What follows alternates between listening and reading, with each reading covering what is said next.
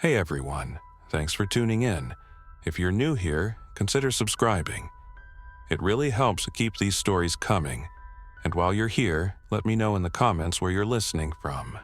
Now, sit back, relax, and let's get into the story. I was halfway through organizing the garage when the power flickered. At first, I figured it was just a rolling blackout. It's not like we hadn't had those before, especially in summer with everyone running their air conditioners full blast. But then my phone vibrated. It wasn't a message, it wasn't a call. It was that rare, heart-sinking blare, the emergency alert tone. I wiped my hands on my jeans and picked it up. The screen glared in red, bold letters that read, "Emergency Broadcast National Alert System." Then the message changed. Zombie outbreak confirmed. Stay inside, lock all doors and windows, do not engage. This is not a drill. At first, I laughed. How could I not? A zombie alert? It had to be some prank. Maybe someone hacked the system. But then I noticed it wasn't just my phone. My neighbor's phone buzzed the same tone. Even the radio in my garage, set to some classic rock station, cut off mid-song. The announcer's voice came through, trembling and rushed. "This is the emergency alert system. Please remain indoors. Do not attempt to leave your home. Lock all entrances and stay away from windows. Government and emergency forces are responding. I repeat, stay inside, do not engage. If you see someone displaying aggressive behavior or physical signs of infection, pale skin, blackened veins, discolored eyes, do not make contact. Shelter in place and await further instructions." That's when the screaming started. It wasn't close. Not at first. But the kind of sound that carries on the wind, chaotic, raw. I stepped out onto my driveway, still holding the phone, still hoping this was all some elaborate test or stunt. The sky was too quiet. No cars, no planes, no birds. Then, something bolted across the street fast, not running like a normal person. It was limping, twitching, almost sliding with its movements. It collided with a mailbox and didn't even flinch. Just kept moving, arms swinging wildly. I couldn't tell if it was a man or woman. Their clothes were torn, and their head was cocked at an angle no neck should ever bend. I backed up slowly, heart pounding in my chest. My neighbor across the street, a guy named Ryan, opened his front door, holding a baseball bat. "Hey!" he called out. "You okay?" The figure turned at the sound, and in a split second it sprinted toward him. Sprinted, not stumbling, not dragging its feet. It launched like a wild animal. Ryan barely got a word out before it was on him. I slammed my front door shut. The bat hit the ground outside. I didn't need to see what happened next. I heard it. I locked the door, locked the back, one too, shut every window, pulled every blind. The emergency alert buzzed again, now on my TV, now in a robotic voice repeating the same warning over and over. I grabbed what I could, cans of food, water, flashlights, and dragged it all into the living room. I pushed the couch in front of the door, then the dining table. Every piece of furniture I could move became part of my barricade. I didn't know what was going on outside, not really, but I knew enough. It wasn't a prank. And it definitely wasn't just Ryan. I heard more screams, more thuds, and something else too, something worse. The sound of fingernails dragging along siding. The sound of someone knocking, not like a neighbor asking for sugar. It was slow, deliberate, like they already knew I was home. The knocking didn't stop. It would come in bursts, 3 taps, slow and spaced out, then silence. A few seconds later it would come again, sometimes from the front door, sometimes from the back. Once it came from the garage door, That one nearly made me scream. I crouched behind the couch, flashlight gripped tight in my hand, as if that alone could protect me. I hadn't seen anyone, or anything, through the windows, but I didn't dare peek too long. The last time I looked out, something was standing just beyond the porch light, barely visible in the dark. It didn't move. It just watched. I turned the lights off after that. The house felt like a tomb. No hum from the fridge, no TV, no air conditioner kicking on. Without power, everything became still. The only sounds were from outside, shuffling, a dog barking, then that same dog yelping and going quiet. I checked my phone. No signal, no Wi-Fi, no bars. The clock blinked 12 o'clock in red over and over again. Something heavy thumped against the side of the house. I flinched, nearly dropping the flashlight. Then I heard footsteps, slow, dragging ones, just outside the living room window. It was followed by a strange wet sound, like someone breathing through a broken pipe. I backed away from the window. It stayed like that for hours. I lost track of time. Every time I thought the noises were fading, they'd start again. More footsteps, more dragging, more tapping on glass. I could tell there wasn't just one out there anymore. They weren't trying to break in, not yet, just lingering. Like they were waiting. Eventually, exhaustion crept in. I curled up on the floor behind the couch. Blanket pulled over me like I was 5 years old again. I didn't sleep. I just closed my eyes and tried not to breathe too loud. At some point, the emergency alert returned. My battery was down to 24%, but I couldn't stop myself from checking. If you are sheltering in place, do not attempt to leave. Local authorities are unable to assist at this time.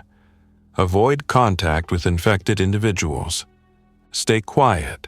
Do not make noise. It was followed by a list of symptoms: discoloration of skin, lack of coordination, severe aggression, unnatural speed, sensitivity to light. I kept reading those words again and again. Unnatural speed. I'd seen it with my own eyes. Whatever I saw attack, Ryan didn't move like any person. And if there were more out there like that, I didn't want to think about it. I was still staring at the screen when I heard the first voice. It came from outside the house. A whisper. "Help me." I froze. The voice was weak, cracked. Like someone barely holding on, I moved slowly toward the window and peered out through the blinds. A woman stood in the middle of the street. Barefoot. Blood on her shirt. Her hair a tangled mess. She looked right at me. "Please," she said, louder now. "I need help. They're chasing me." But something was wrong. She wasn't crying. Her face didn't change. No fear, no panic. She just stood there, arms hanging at her sides, her mouth opening and closing like she was repeating lines from a script. "Please, I need help. They're chasing me." Same words, same tone, same rhythm, again and again. Then she turned her head too fast, like it was on a hinge, and bolted into the shadows between two houses. I stepped back, heart racing, hand shaking so badly I nearly dropped the flashlight again. This wasn't just some sickness. This was something else, something learning. I didn't sleep that night. Every time I closed my eyes, I saw her face, blank, pale, whispering those same lines with that strange puppet-like motion. My mind ran in circles. Was she one of them, a decoy, a trap? By sunrise, my phone was down to 17%. No new messages, no updates, just that last alert stuck on the screen like a warning carved in stone. I rationed some canned soup and drank a few sips of water. The silence outside was worse than the noise from the night before. That kind of silence meant one of two things. Either they were gone, or they were listening. Then, around mid-morning, the girl came back. She didn't knock, didn't speak, just stood at the window beside my front door, staring through the glass with a frozen smile. Her eyes were cloudy, almost silver. Her clothes were soaked. Not with rain, it hadn't rained. It was something thicker. Her arms hung low, fingers twitching every few seconds like she was rebooting. I backed away slowly, staying out of her line of sight. Then she moved. Not walking, just turning. Her head snapped to the side. Her body followed a second later, all stiff and unnatural. She wandered down the steps and into the yard. That's when I saw more of them. 2 figures limping along the street. One crouched on all fours, moving more like an animal than a person. Another dragging a shovel behind him, scraping it against the pavement with this awful metallic screech.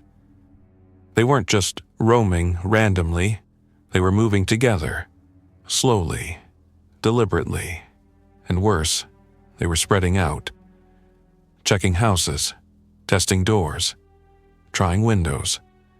My hand instinctively reached for the bat I'd kept beside the couch. I heard the rattle of my side gate. Someone, or something, was trying to open it. I peered through the kitchen window and saw the latch lifting up and down slowly, like someone was fiddling with it.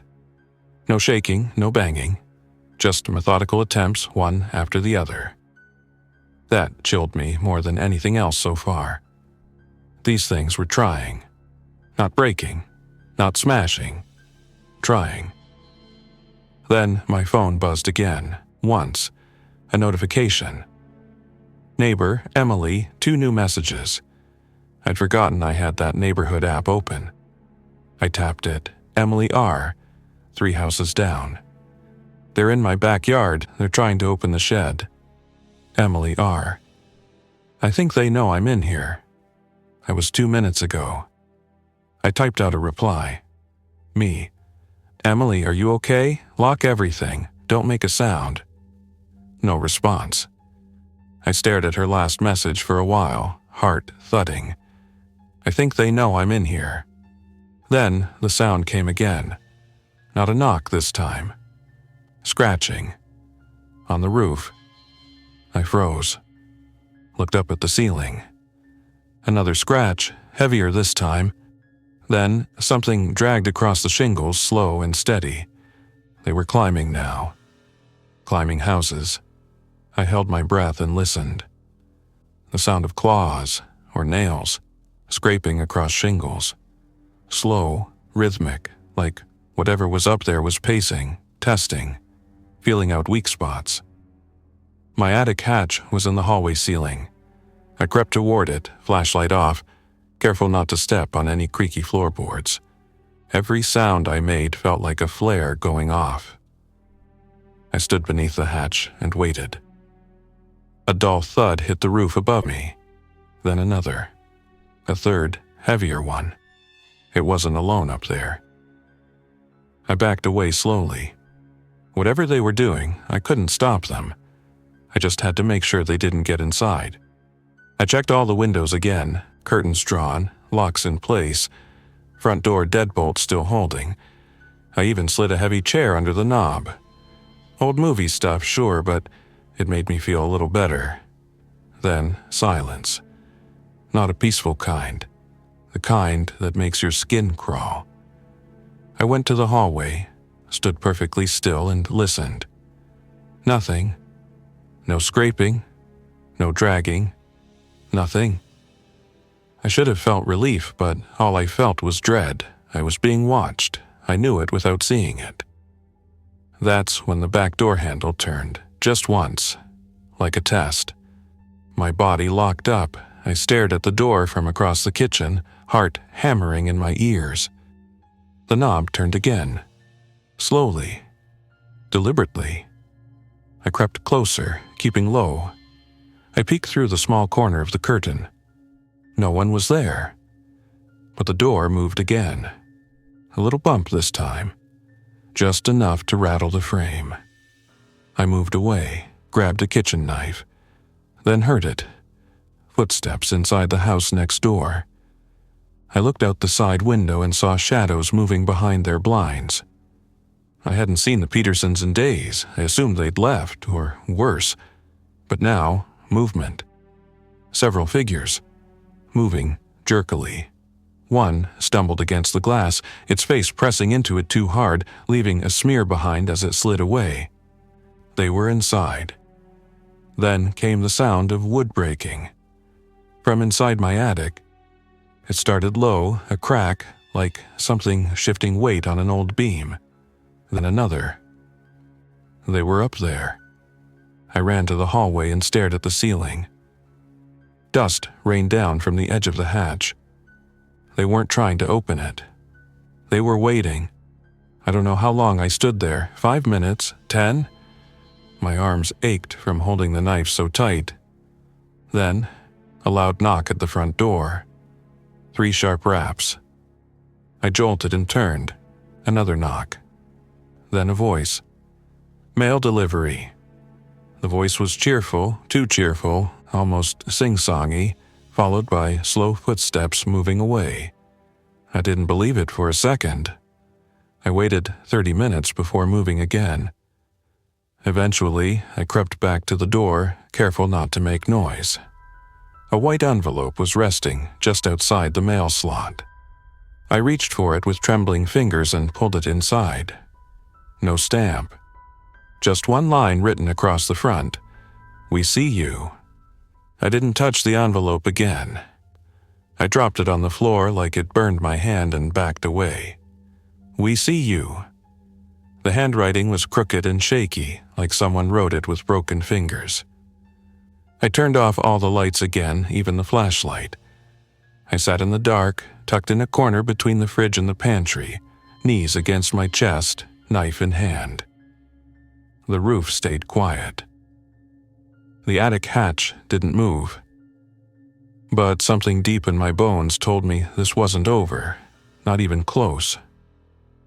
Then, without warning, the emergency radio crackled to life. It had been dead for hours. Now the speaker hissed and popped. Static, surging like a storm, was crawling through the wires. I crawled over and leaned in, breath held. A voice finally came through, warped but clear enough. This is not a drill. This is not a test. Do not attempt to engage. Do not attempt to flee. They will listen. They will learn. Shelter in place and stay silent. Then the voice paused. Static again. Then it said something else. Something strange, us. They don't like mirrors. I froze. What? Static returned. Then the voice vanished altogether. That was it. I stared at the radio, confused and shivering. I repeated it in my head a few times. They don't like mirrors. Why? Did they see something in themselves they couldn't stand? Did they recognize what they used to be? I didn't know. But I had a mirror in the hallway closet, one of those old camping ones. I dug it out, still clutching the knife. My hands were shaking. I crept toward the living room window where I'd last seen one of them. I slowly parted the curtain just enough to peek out.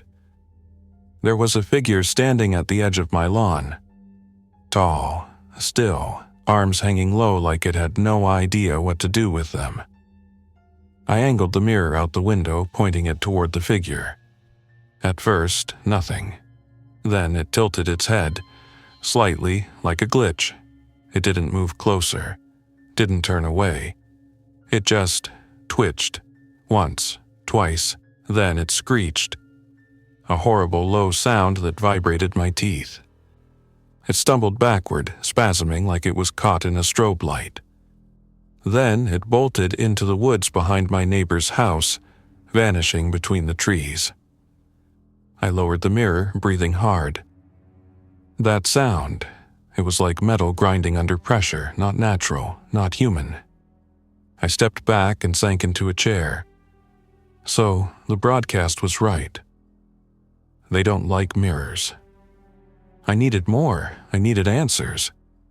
I turned the radio dial, hoping for another station, more guidance, something, anything. I hit one frequency that played only static until suddenly a voice spoke again. A different one this time. Quiet, calm. If you are still alive, don't trust your eyes after nightfall. What did that mean? I didn't get time to think about it. Because the attic hatch creaked open.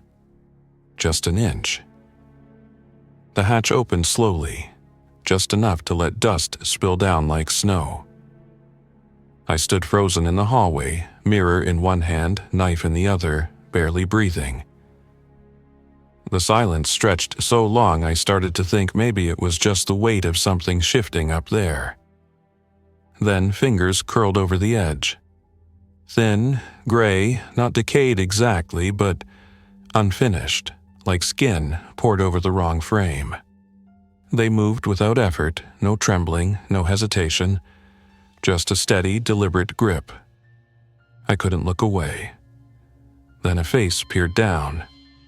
Wrong. Its features weren't twisted or monstrous. That would have made it easier. It looked like me. Same nose, same hair, same eyes, but hollow. Empty. Like someone had taken a photograph of my face and printed it onto something lifeless. It didn't blink, didn't breathe. It just stared. Then it smiled. I bolted back into the kitchen and slammed the pantry door behind me, barricading it with everything I could grab. Cans, chairs, even a stool. My heart pounded so hard I could feel it in my ears. The attic creaked again. Slow footsteps moving above me. Deliberate. Pacing. Then nothing. Hours passed. Maybe time stopped meaning anything. At some point, the emergency alert returned, this time through my dead phone. I hadn't even plugged it in. I don't know how it powered on. The screen was dim, but the message was clear. Do not answer the door, even if it's someone you know. I almost laughed, bitter and low. Too late for that. Something knocked. Not the door, the window. 3 short taps. I crawled toward the corner and peeked through the curtain. A woman stood there. She looked normal. Wearing jeans, a yellow hoodie. Soaked from the knees down. She had a flashlight in one hand and was waving the other. Mouthing something I couldn't hear. Then I recognized her. Emily. From 3 doors down. The one who messaged me earlier. She looked scared. Eyes darting around, lips moving fast, like she was pleading. I almost opened the door. Almost. Then I saw her blink. Only once. But the wrong way, sideways, like some deep-sea creature. I stepped back and raised the mirror, angling it toward the window. Her reflection was warped. Wrong. Her mouth never stopped moving, but in the mirror she wasn't speaking. She was smiling. Smiling wide. Too wide. I backed away, dropped the mirror, let it shatter.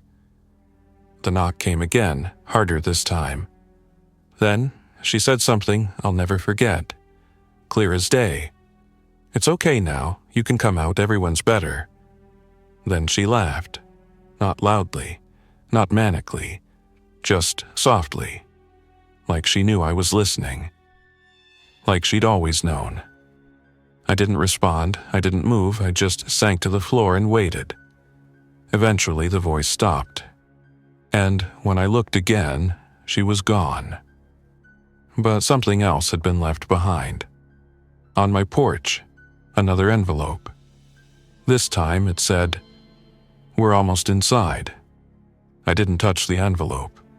Didn't even look at it for long. Whatever had left it didn't need to knock anymore. They were letting me know that the waiting was almost over. The game was nearly done. I moved to the bathroom and locked myself inside. Not the safest room in the house, I know, but it had no windows, only one door, tight space, easier to defend. And I needed time to think. The radio was still on, hissing quietly. I brought it with me. I sat on the cold floor, back against the tub, staring at the bathroom mirror. I couldn't see much of myself in the low light, just a faint outline. Then the pipes behind the walls began to rattle. I leaned in. There was something moving in them, scraping, tapping, like something was crawling through the old plumbing. And then whispers. At first, I thought I was losing it.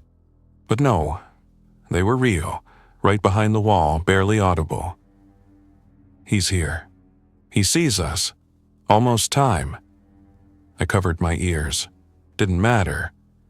The voices weren't outside anymore. They were in my head.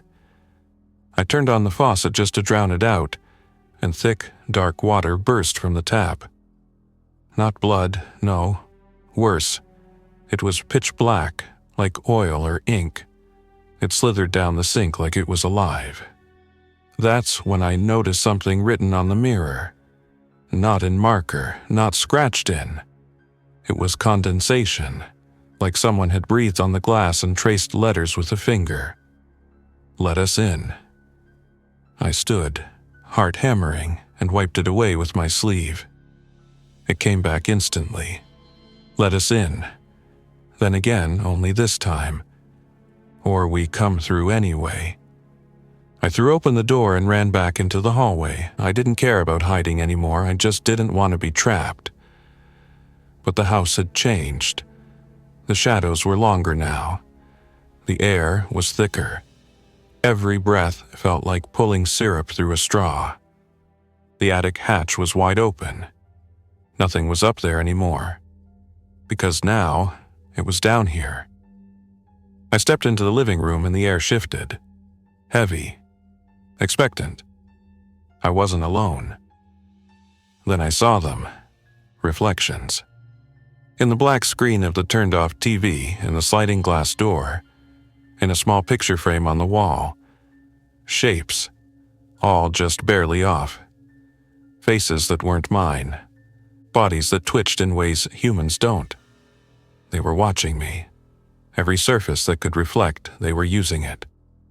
And then, all at once, the radio buzzed violently and screamed, "Break them, all of them, now!" I didn't wait.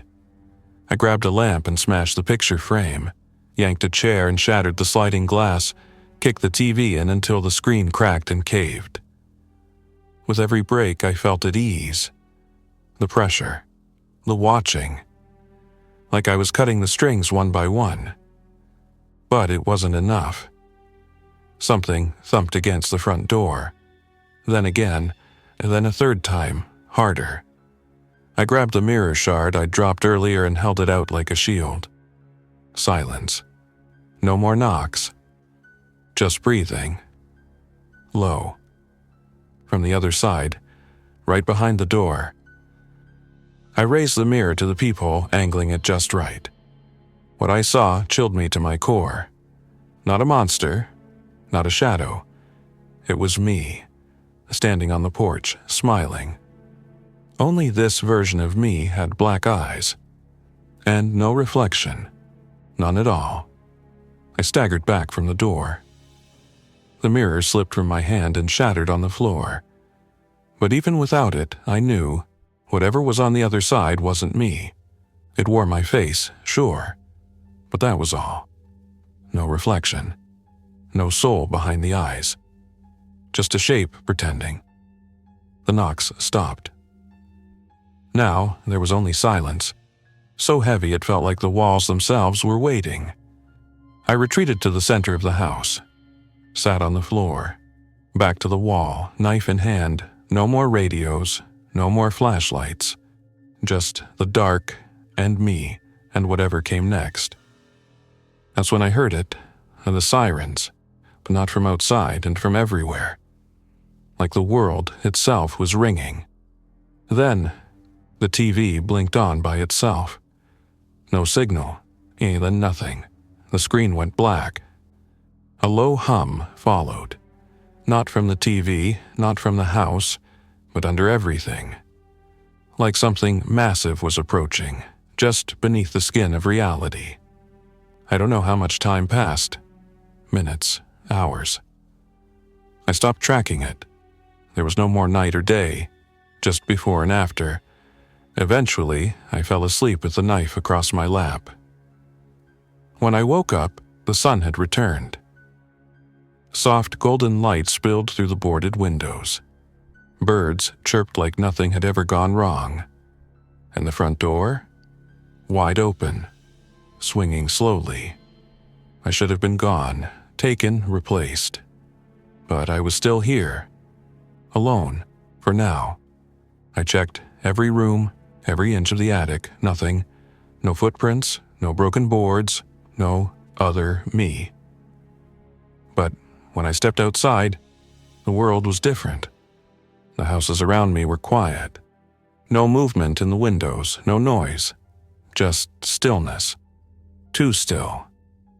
And something was written on the sidewalk in long, ash-gray streaks. Not safe yet. It was 3 days ago. I haven't seen another living person since. Haven't eaten much. Barely slept. But I'm still here, still breathing. And if you're hearing this, reading this, whatever, you're not alone either. Never stop watching the walls. They shift when you're not looking. I know they're still out there. Waiting, listening. And soon they'll try again. Until then, I'll stay ready. And I'll keep broadcasting. Because the world might look normal again. But it isn't. Not anymore. Not ever. Do not leave your home unprotected. Thanks for listening. If you enjoyed this story, don't forget to like and subscribe. Your support keeps these creepypastas coming. Until next time, stay alert, stay safe, and never ignore the feeling that something is watching.